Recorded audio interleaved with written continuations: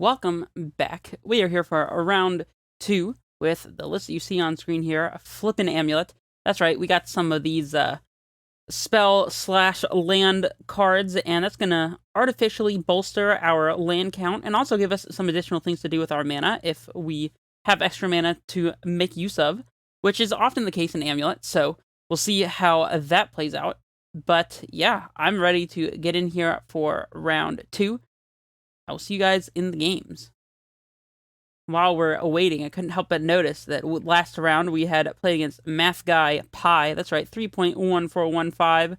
How many digits of pi do you know? I once knew a guy in my old high school that said he had about 40, 50 digits of pi memorized. I have no clue why, but anyways, how many digits of pi do you know? And what are some interesting facts about the number pi that you can tell me? Anyways, we're definitely going to keep this. We're a turn behind thanks to none of our lands entering untapped, but also thanks to having these like land spell flip cards. We have Titan mana in our hand already, so definitely interested in keeping this hand. And I'm probably going to lead out on this Garen Brig. It'll be slightly unfortunate to do so if we top deck any kind of forest, so like the Breeding Pool, the Windswept Heath, or any of the 3 basic forests. I believe it's 3 that we're playing, but otherwise it'll be important to have a Garen Brig already on the battlefield if we draw both an Amulet and an Azusa, so that we can potentially turn 3 Titan here. So that is the area that I'm going to go towards. Playing against Sven. The name there reminds me of PewDiePie's Minecraft series and his dog Sven. Shout out to those of you who know what I'm talking about. Here goes an Arboreal Grazer for sure. And we're going to put this Garen Brig into play, holding onto our bounce land in case we draw an Amulet. And then we'll play a Recovery for turn, I suppose. And by that I mean the land, a Sanctuary for turn. Opponent leaning on Scalding Tarn is interesting to me.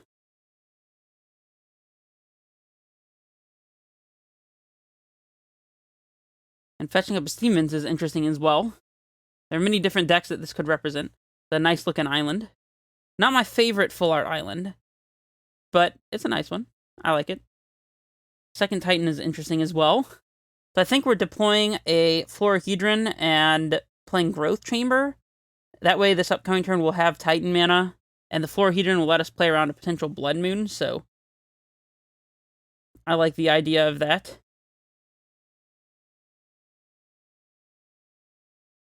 Might lose this Florahedron to a Bolt, but that's fine, I suppose. We can pick up our Balaged here and get value out of it as an additional card in hand if we so desire. We'll pass it back.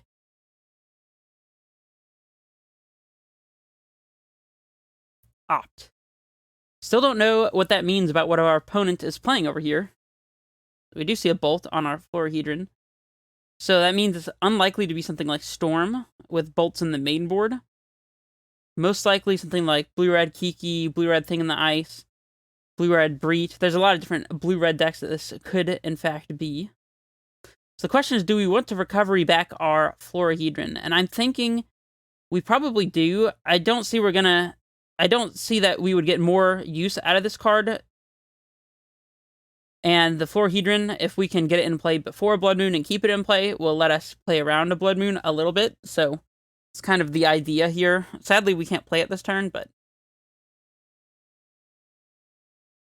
I mean, these recoveries are not doing much else anyways, so of course we can jam Titan into several pieces of counter magic here and still be able to do things that way. Recovery back one of the Titans. If we find another bounce land, we have a 3rd recovery here, so we have lots of things to potentially recover here.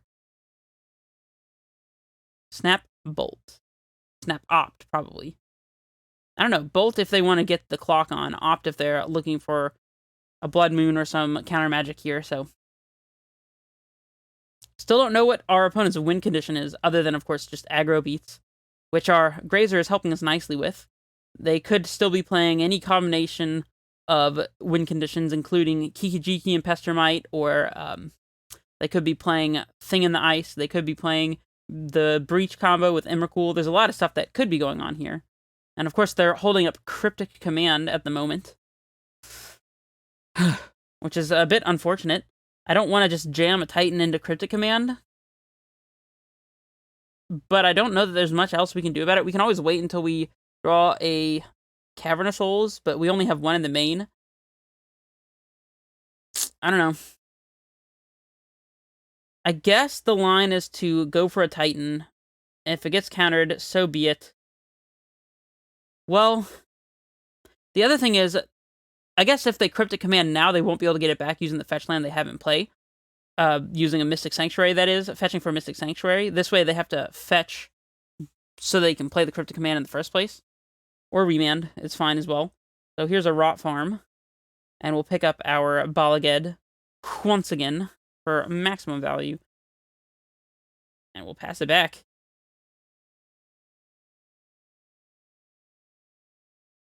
Sanctuary back, Remand, of course.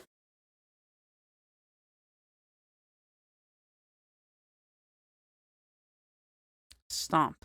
Do 2 damage to us and give them a threat here for backup. So if they have a land here, they can play the Bone Crusher and hold up Remand. So, Sanctuary. I wonder if they want this Bolt back. They do. That's interesting. I'm not sure that I agree with that choice. I kind of would have just left the Bolt in the yard, but then again, I don't know what's in their hand, so we're certainly blocking here. I'm not really sure the point of that attack, but that's okay. So we can jam Dryad to play around Remand. I'm trying to think if there's any upside to activating Castle here. We'd have 6, 7 mana available that way, so it's not like we could cast Dryad, get it remanded, cast it again, and then play it Tangled, sadly. So I'm just going to stick the Dryad here. Okay, that worked. So let's go for the Florahedron. Alright, let's play a land. Do we want to play the other Recovery? I think that we do. We've got 2 Titans here to make use of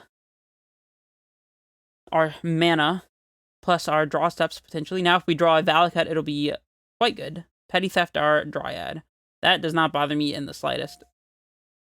We can actually trade our Florahedron for our opponent's Snapcaster Mage, interestingly enough. I'm definitely willing to do that. I'd rather reduce their clock a little bit.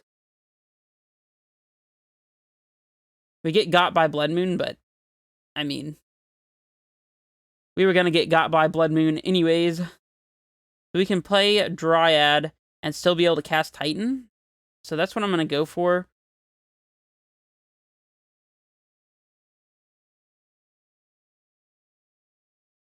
We can actually play through double Remand here.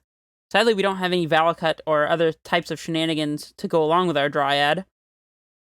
We could play Explosives on 3, but it doesn't seem quite productive. I think we just have to jam into the Remand here. That we know that they have. Not much we can do about it, but force them to use it. If they have a Cryptic, it's pretty bad, but I don't know if they'll be willing to pick up a Sanctuary with their Cryptic if they have one. Alright, so there's the Remand, and here's the pass back.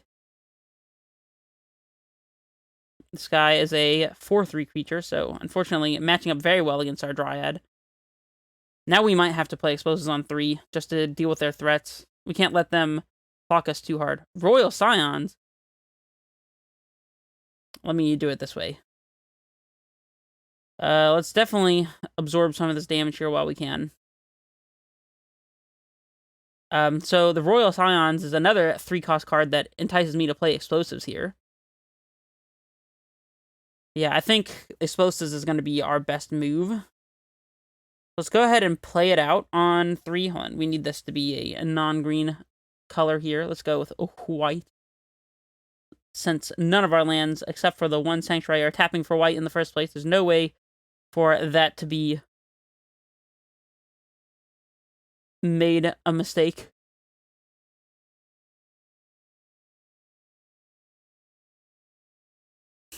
We actually can cast our Titan here if they go for a remand. So this is putting them in a very awkward situation. Really? Really? Okay. Well, here's Titan. They might just be dead. Double Valakut is 4 triggers, plus the land for turn is 6 triggers, times 3 is 18. Yeah, our opponent is just straight up dead here. That was interesting. We'll save targets, firing off at our opponent here. Well, always yes. That seemed like a very bad play from our opponent. I am not going to lie. Okay, well, that was easy. Hold up the remand for the Titan, opponent. You can't just remand an engineered explosives. Okay, well, despite the fact that our explosives was the bait spell there, we definitely do not need that one. I'd rather have some negates, I think. We probably want Beast Within for potential Ashioks or Blood Moons. I don't know if we want all 3, but something to be interested in. And maybe we want a Rex Sage so that we can pact for. I'll play a Rex Sage over one of the Beast Withins because I don't want to give our opponent a threat. Relic seems quite good against their Snapcaster shenanigans. And of course we want Cavern of Souls. We may get back out of here, Beast Within. I said I didn't need you. We might want Dismember, in all honesty. It's very good against their flash flyers like the Brazen Borrower. In the past, it would be common to bring in a couple Dismembers to deal with Vendilion Click, but I don't know. I'm not opposed to it. Seems kind of loose just on losing 4 life, but it might be worth it. I'll bring in 2. And we can trim on... I don't know. I don't think we want to cut any lands. I guess we could trim 1 Garenbrig. We can trim on recoveries, maybe just 1. You can trim on Azusa because it dies to Bolt. You can trim on... Let's see, what else? 1 Amulet seems fine. 1 Summoner's Pact seems fine. And we got a lot of cards here. Okay. Let's get rid of the other... Actually, I think 1 Azusa's fine. Let's get rid of 1 Grazer. I mean, they are very good to stop our opponent from beating us to death with Snapcaster Mages, but we have other ways to deal with Snapcaster Mage anyway, so I'm not that worried about it. Maybe Beast Within is not that fantastic. We'll keep 1 Beast Within. We can trim 1 more recovery. Another Summoner's Pact, perhaps.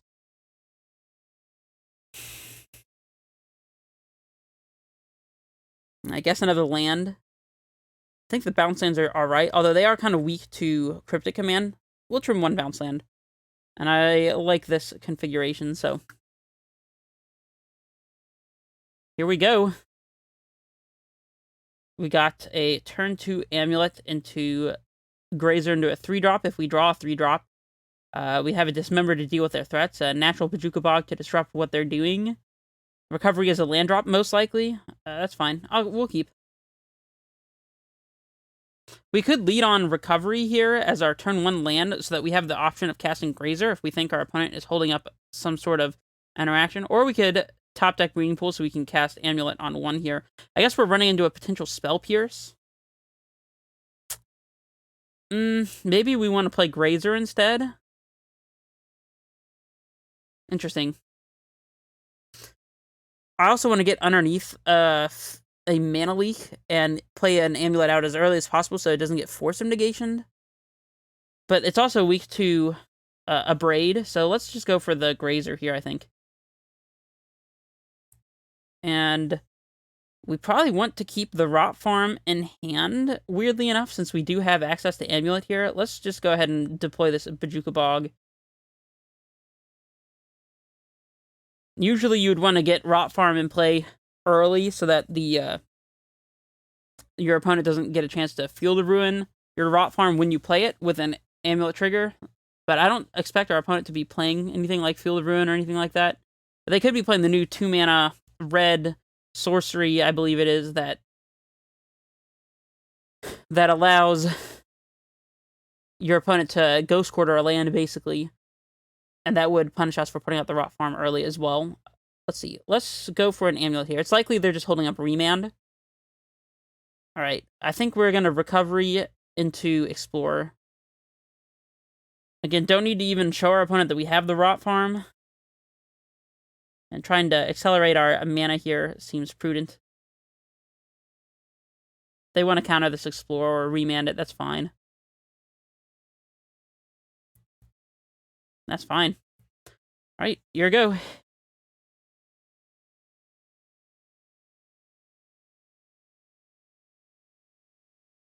Summoner's Pact is interesting. Alright, let's lead off on Explore.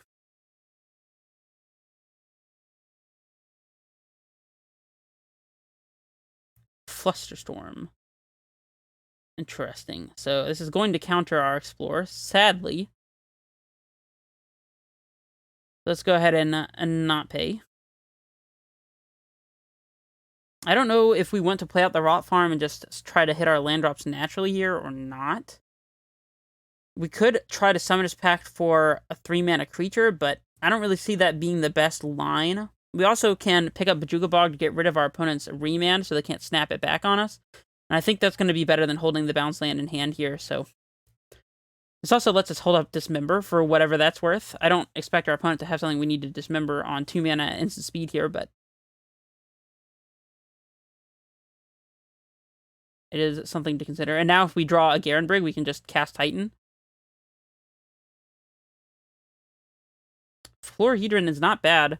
It's either a 6th land or we could just play it as a creature. I think it's better as a 6th land in this particular scenario.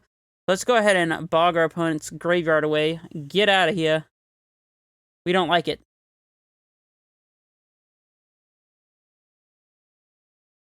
Is this a Snapcaster Mage? Sanctuary. That is not bad. That is not bad. A remand is not the end of the world. I don't know if we want to try to go for a Summoner's Pact right now. I feel like we don't. And I don't think we want to play the Florahedron either. So yeah, we'll just pass it back. It's a little awkward, but... I mean, doing nothing against your opponent who wants you to be doing nothing is not generally the best possible thing to be doing, but in this case, I think it makes sense. Maybe they'll feel safe to deploy a threat of some sort here. That one doesn't get hit by Dismember, sadly. Cavern of Souls would be a fantastic top deck.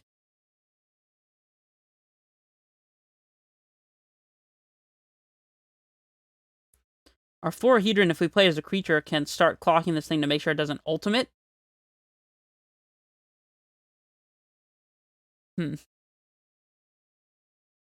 Factor Negation is amazing. That means that we can just play our Titan here. So unless our opponent has a Force of Negation, crossing our fingers that they don't, we get to answer the Royal Scions here and get a Talari West set up and all of that good stuff. So... Gust. Huh. Nah, we wanna get rid of this Royal Scions.